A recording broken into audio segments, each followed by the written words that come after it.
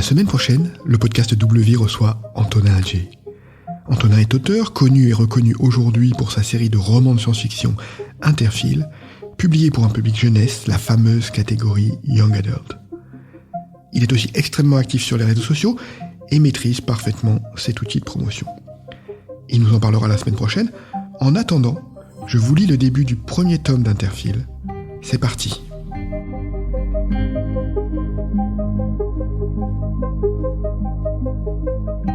Chapitre 1. Nathan regardait le ciel. Chaque fois qu'il se sentait fatigué, nerveux ou colérique, et qu'il ne voulait pas que les autres s'en aperçoivent, il levait les yeux, et son esprit se calmait aussitôt. Peu importe les nuages, peu importe la pluie, il n'avait qu'à lever la tête. Le ciel était ce jour-là d'un bleu éclatant. Au loin se découpaient les tours de l'épicentre, le centre exact de la ville, surplombé par une immense tour blanche étincelante en plein milieu. Le ciel était sans nuages. Ce vide se diffusait dans sa tête. Tout était plat comme un lac parfaitement immobile. Sur ce lac, tout d'un coup, une légère vibration apparut. Une émotion perturbait Nathan, et ce n'était pas la sienne. L'irritation de quelqu'un d'autre infusait en lui. Son professeur de philosophie humaine l'interpella alors. « Monsieur est un nain. Vous êtes souvent fasciné par le ciel, mais, croyez-moi, la Boétie est tout aussi intéressant.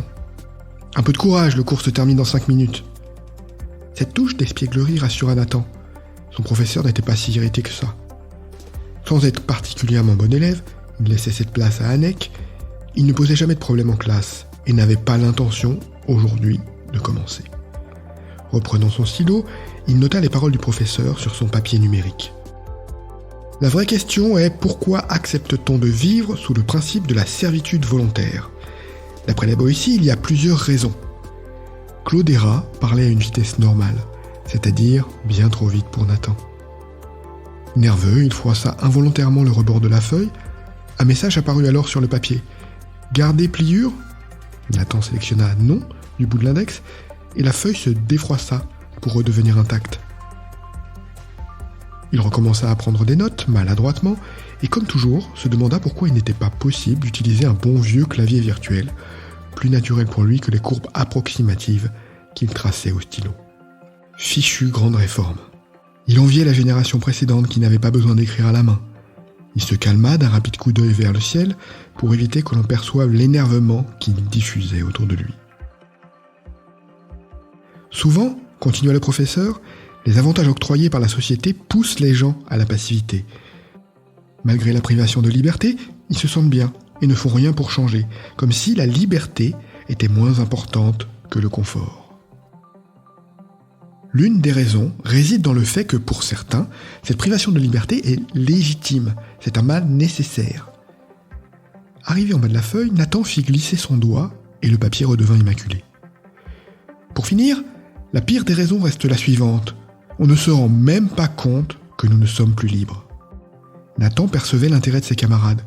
Lui était trop concentré sur sa prise de notes pour être aussi alerte. Heureusement, quelques secondes après, la sonnerie retentit. « Bien, conclut M. Héra, nous nous retrouverons demain pour le dernier cours de la semaine. Rassurez-vous, juste avant le week-end, on ne fera rien d'incommensurable. » Chacun ressentit une onde de malice le traverser.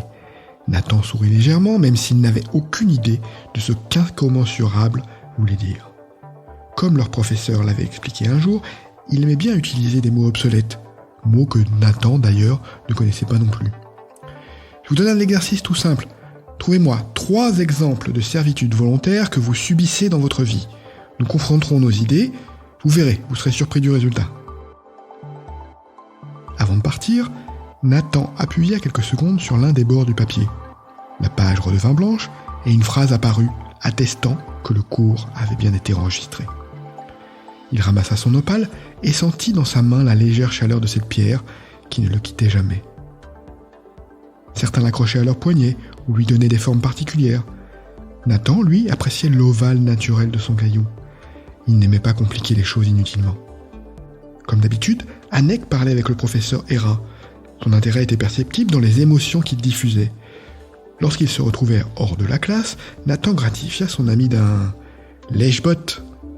« Arrête, rétorqua Anek, tu sais que j'étais sincère. » Bien sûr que Nathan le savait, il l'avait senti sur Interphile. C'était comment ta séance de vidéosport hier ? Demanda-t-il. La moindre évocation de ce sujet enchantait son camarade, qui ne se fit pas prier. Super ! Le coach nous communique une vitalité incroyable, comme si on avait des shoots d'énergie supplémentaires à travers les émotions. Il y avait un nouveau décor, imagine. La Terre dans 100 ans. Tout est détruit, c'est l'apocalypse. De toute façon, c'est toujours l'apocalypse dès qu'on imagine le futur. On devait avancer dans cet univers, courir, nager.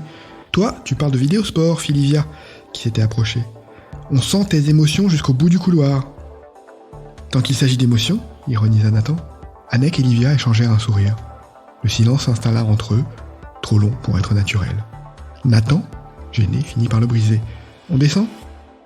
Oui, fit Anek, il faut que je parle à Nadem. Et il se précipita vers la sortie. Voilà, j'espère que cet extrait vous aura donné envie d'écouter son interview la semaine prochaine et peut-être de lire ses romans. Et pour en savoir plus sur moi, mon parcours d'auteur et découvrir mon recueil de nouvelles, abonnez-vous à ma lettre hebdo, Le Flot, depuis le site michaelraymond.com.